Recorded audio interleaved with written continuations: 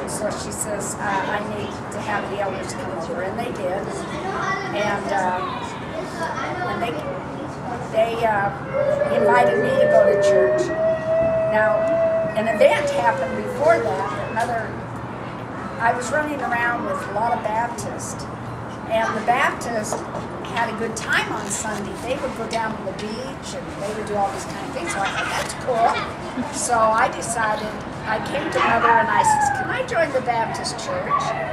And she says, no, wait a minute. Now, Mother, you have to know Mom, she may not have been active, but nobody ever talked against the church in her presence. And so she was strict about that. She says, why do you want to join the Baptist church? And I told her, and she said, I'll tell you what. She says, your great-grandmother and your grandmother would roll over in their grave. And she says, and I wouldn't be too happy. So she says, you go back to church. Well, then she got sick. And I talked for the elders for her. And the elders came, and then they invited me to church. And she says, she'll be there. And so I went down the hill to church, and when I walked in, he was up at the sacrament table, and I was naturally attracted to him. Red-headed, he had hair, a lot of freckles. And you know what attracted me? He had hair on his arms. Anyway, he was up there, and I apparently attracted him as well.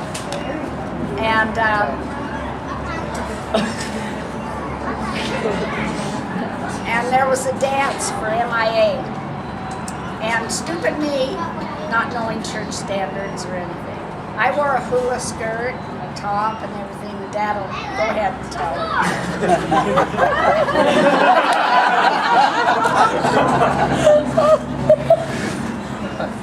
Hey, Jason. Will you raise his eyebrows. Anyway, he's always remembered the hula skirt. That's what he told me, the hula skirt. Not me, just the hula skirt. And he asked me out for a date. Now, I hadn't been baptized. Mainly because there was a mix-up in my name. I was blessed under Juanita Joyce, and my birth certificate's in Dixon Lee.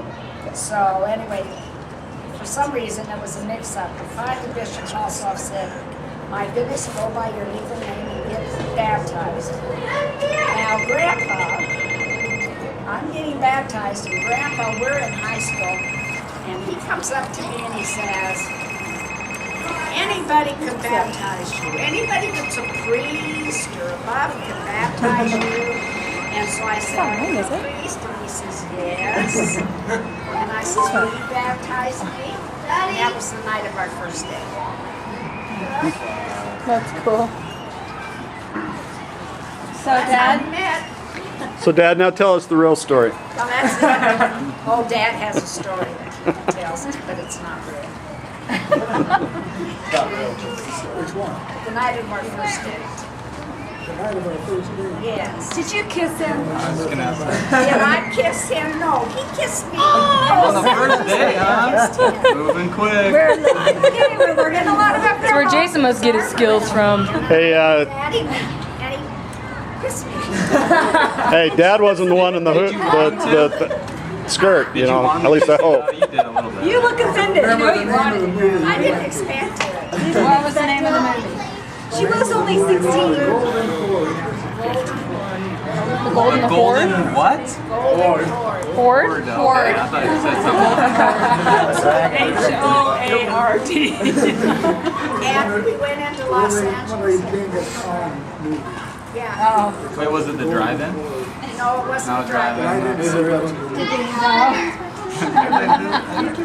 He said he didn't see much. That's how they worked it back in the time. Take it to the drive-in. Like the We lived 50s. outside of Los Angeles, but he took me right up into town to the movie theaters. What year was that? Now, I can tell you did something, don't you ever try this. Grandpa was in a car that he kept his arm around me and he kicked it in gear.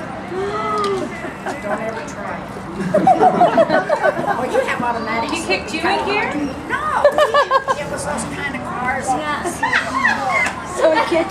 want to move his arm? Ain't no dummy. I got a question. This is kind of jumping forward a little bit, but what do you attribute the success of your marriage to? That's a good question. Good question. I do that you have to have two forgivers. It's on the wall in the house. It's on the wall in the house. A marriage is a union of two forgivers. It's successful. A successful one. Two Learn forgivers. to say I'm sorry, whether you're sorry or not, when you feel like it's your fault. And it keeps it on the right track. Because a lot of times you don't feel like you're wrong, but you can't keep up the tension between you. So you say you're sorry and get along with life. It was a little more to me than that too, because I come from a household where it was very different. So with just mom and to me, our temple marriage meant a heck of a lot. Every time I think, okay, I've had enough of it, and believe me, everybody will get to that. You'll go, oh, I've had enough of this. I can't take it. But believe me, you can really take it. You just have to have a lot of patience. And I would always remember that I had 7 children, and I didn't want them to have. I couldn't take care of them like we could take care of them. And so there was no way that I could let them go into circumstances that I would end up putting them in because of my own childhood. So I believe that it was just, and I loved him. There was no doubt about that. I just got darn mad at times. Love works. That helps a little. He'll get darn mad too. He goes out to the motorhome and I'll go, So you have to have a doghouse somewhere, and that helps. This place where Grandma goes to get her therapy, with the sign on the wall says life is just a journey. But don't say it's not a destination, it says it. When I look at it, I think to myself, how come it's not a cruise? Ain't that true? But there's something that you guys need to know, and it's the most important thing that I found out in our marriage and in our life, was that you can't let your spouse do anything.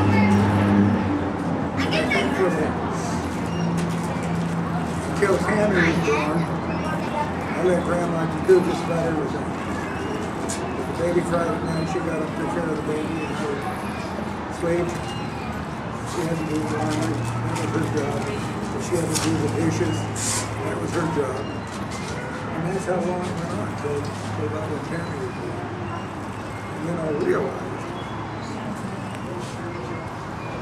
what my part of the marriage was. And so I started helping her.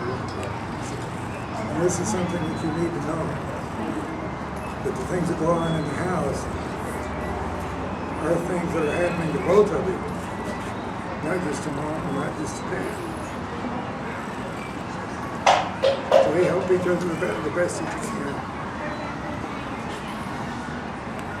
And so I was probably in my early 40s before I ever wised up. And I used to get up at night with Randy when he cried. That long straight little bit longer. But as you get older, you find out more and more what your responsibilities are. And what you should be doing to make your marriage work, to help your spouse so that you're not burdened with all of these responsibilities that you're not helping with. And since Mom's been sick these last 6 months, I felt more of a responsibility even than I had in the past because of things now that she can't do or that I don't even want her to do. I don't want her to use her strength for anything else except staying here with me. So I try to do everything I can to help her out. But you need to know that those things are important. They're important to find out earlier in life and not later on when you're in a critical situation. And that's the kind of situation right now. And we're talking to you because we don't know how much longer we're going to be with you.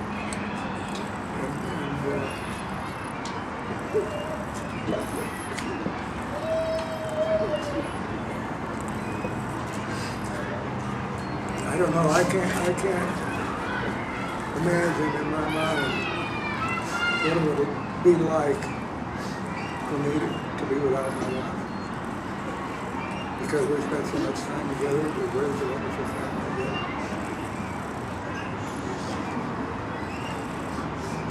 So when the time comes that we have to leave here, I hope that we leave pretty doggone close together.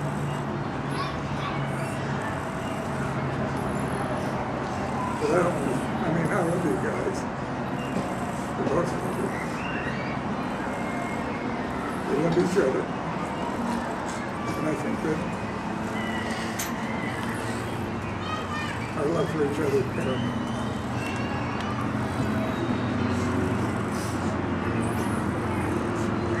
It's a great thing to be here and look at this wonderful planet. And those of them that are on, some of them that won't be able to make it. It's a wonderful thing. And we're glad we got together this time. And I think that even after we're gone, that the family should stay together and that you should at least meet once a year or once every 2 years. Renew your love with each other and meet the people that you've never met before that have become part of the family.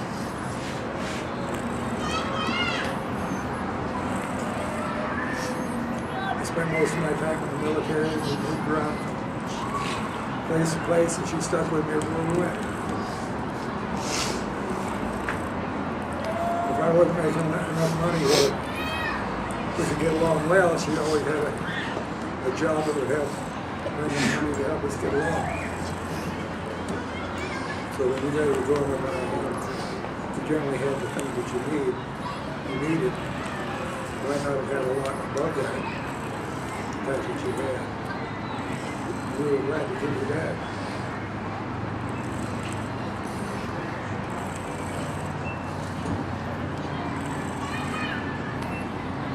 So, here we are running down. I'm going to be 80 this year, so all I'm doing is letting off steam. Don't have much steam left to let off.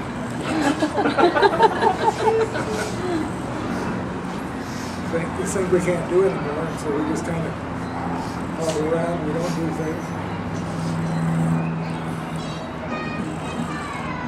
When Mom has to have a blood transfusion, she gets really weak. She gets very pale.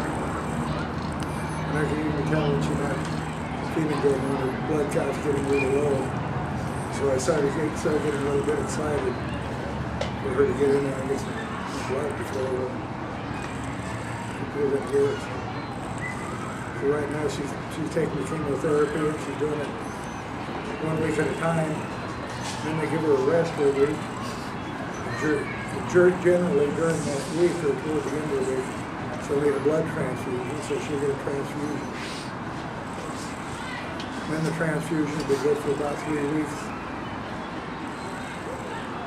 Then she'll be on the chemo sometime during that time for another week. So up to this time, she probably had 28 units of blood. Many times she's been in there. I give her 2 units when she goes in, so that's how many times she's ever good for blood.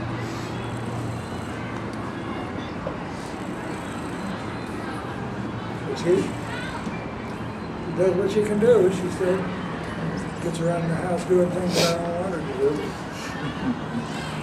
I told told him he was a big nag because It's his turn to nag. I'm used to doing things, and so I try to do them, and then I'm breathing hard.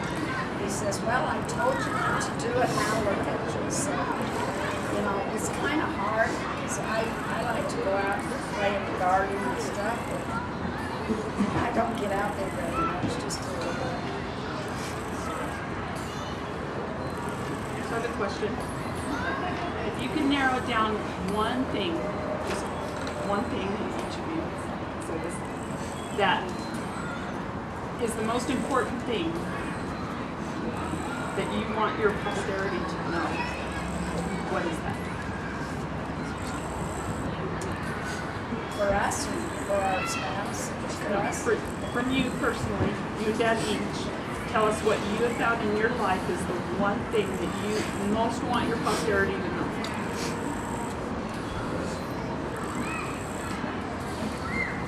It's hard to say just one thing. That it's very hard because I was thinking about that this morning as I watched all of you. And I was thinking the little ones and the parents are running after the little ones and the teenagers are looking bored or whatever. Because that's just the way it is. But that's a part of life. And that all changes as you get older, and I think those that are older know that. And I'm thinking, when I was 20, everything absolutely had to be perfect. You know, you dressed a certain way, you did a certain thing, you just did it. And no matter what it was, you just did it. And it was the way, it was my process throughout life. That's the way I was. Just did it, you know. There's no monkey business around it. And then as I got older and a little bit older, and I was watching my grandchildren, all of a sudden, you know, the parents are doing the same thing with the kids. And so, and I'm thinking, take it easy on them. They're okay. They're doing this fine. And so you love the grandkids, and you let the parents do all the mean stuff. Because that's what they have to do, you know, they gotta do the training. So, and then I watch the great-grandkids, and I'm thinking, aw, leave those little babies alone. So I have a whole complete different aspect of what you should do. But it's all a process of life. And you have to do what you have to do in that process of life. But just remember one thing. No matter what you do, just be sure you tell them you love them. Even when you're reprimanding. Tell them, you know, I love you, but because I love you, you've got to learn this process. You've got to learn it for your own survival, because it is a survival. And then as you get older, and last year when I found out I had leukemia, it all changed. I'm aware of each and every one of you, whether you know it or not, and the process you are in life. And it may not be my process, it may not be my profession, but it's yours.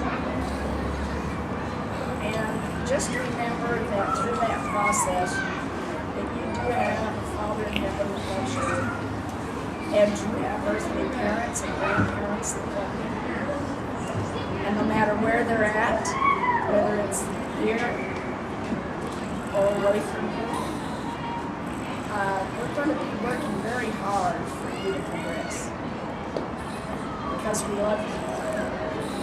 And you got to remember that just take time out of all of the worrying about progression and allow them to grow as your Father in heaven taught you.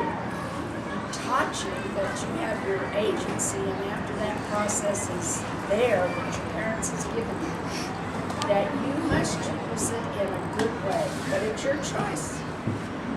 It's your choice. And as long as you feel good that you've done all that you can, then you allow them to grow in their progression, because I promise you that every single one of you will know in the very end whether you did the best you can or you didn't. That's up to you. But when you're on the other side of the bed, that's still up to you. So I guess my message would be just love one another. I wish I hadn't been so strict.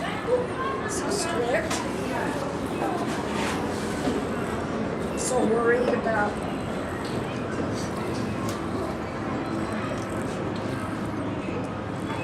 I do worry about all of you. Still do, and I try to see, I just go, they're going to be fine. They're just going to be fine. Because they all belong to me and they're going to be fine. That's it. I told Rob, when he got there, on mission, remember that I was going to be there while I was on this mission. I wouldn't want going on another mission. And that's the same with the Minson.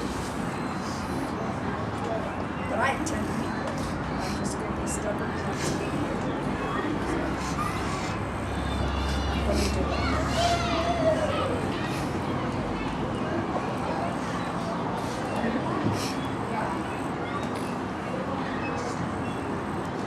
Most important thing in our life is when we get on the other side, we want to see all of you there. And I hope it's the best place that there is. All of you there. You get there by making good decisions in your life. Use your agency. Use it correctly. So we want to all remain together. That's the reason you need to have something like this every year or every other year to keep cohesiveness in the family.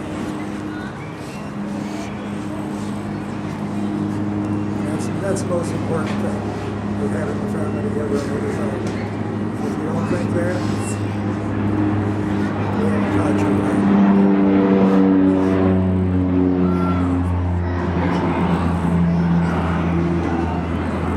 Anything else? So, Grandma, I have a question for you.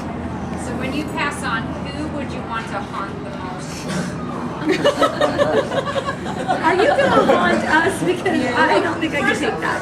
Well, two questions. Who's your favorite, and who are you going to haunt? No, the question is, how did you come to the conclusion that I'm your favorite grandchild? That was the real question, right? Just serious, who would you haunt? Like, if you, like, who would you haunt? Grandpa. What if you could go haunting together? Together? Yeah, who would you go haunt? Obama. That's a good one. Actually, I wouldn't waste a minute on the guy. He's going somewhere where we don't. No idea. Well, think about it. Brandy's like, don't bring the devil into this. Okay, that is a weird question, but it's kind of cool. Well, we all know Hey, I'll volunteer. To be haunted? Bring it on. Come to our house. I'll hunt you. Come on over. I have another question. What role did the gospel play in your life, and how important has that been to you? Gospel played everything in our lives. Everything we've done. Some things we haven't done, we'll be very guilty of. Repentance is a very important part of the process. You know, you have ups and downs when you're in this life. Okay, stand up. So I think the gospel's played a very important part of our lives. That's okay. And it's been our whole life. I didn't have it until I was around. Well, I did, in and out. I've always had somebody that was helping. My great-grandmother, my mother, in and out. Friends. When I was going to join the Baptist church, I remember Ann coming to me and say, go to church with me. And there was always somebody guiding me right back in. So then I met him, and we've gone in and out. We've had times in our life when we found very hard when we were raising 7 kids. But we always kept trying. Have you ever wanted to give up? I don't know, maybe Dad has a different thing, but repentance is the number one thing. Have you ever wanted to give up? Sure. Yeah, the first time I wanted to give up was when I saw my first child having a very difficult time in life away from the church. I literally committed suicide. It broke my heart. And I remember my oldest daughter coming in and I told her that. She says, "Don't worry, Mom, the rest of us are here. Don't you do something like that." I remember that. And then the second child went in and out. And I watched all my kids go in and out. Whether they believe or they don't believe or whatever, I watched them all. But I am very pleased. I'm very pleased with all of you. So you'll go in and out, and I know that now. But I know in the end that you will always recognize Jesus Christ. I know that over that. Your knees will fall, and you will recognize Him as your Savior. I don't worry about it anymore. We don't want you to feel like you're perfect because we're We're not. grandparents, because we're as long as you're perfect. We have to repent every day just like you do. You have things that are missing in your life and you're taking care of. It's our responsibility as parents. Just remember that the same thing goes for you. So if you see us do something that you don't think is right, don't let it affect you. So you're not doing it right, and I'm going to do it right now. You gotta be mindful. You can't base your life on somebody else's life. Unless it's a Savior. He's only perfect coming into the earth, so nobody else is perfect around here. But I hope everybody else is doing as good as they can. Love God. Good talk being here with you.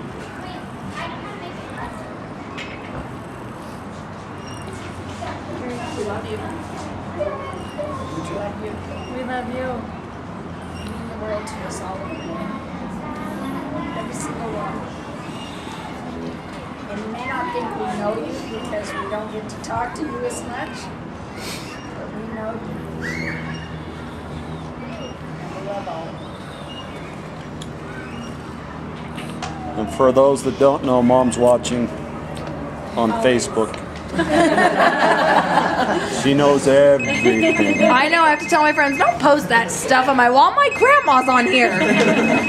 She'll see it and she'll be so disappointed. You can't say that. Keep them in line and get on Facebook. And I let them know when I don't know. Hey, wait a minute.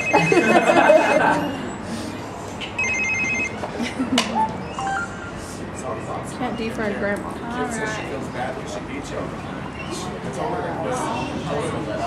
No, the songs thing, and you all beat me.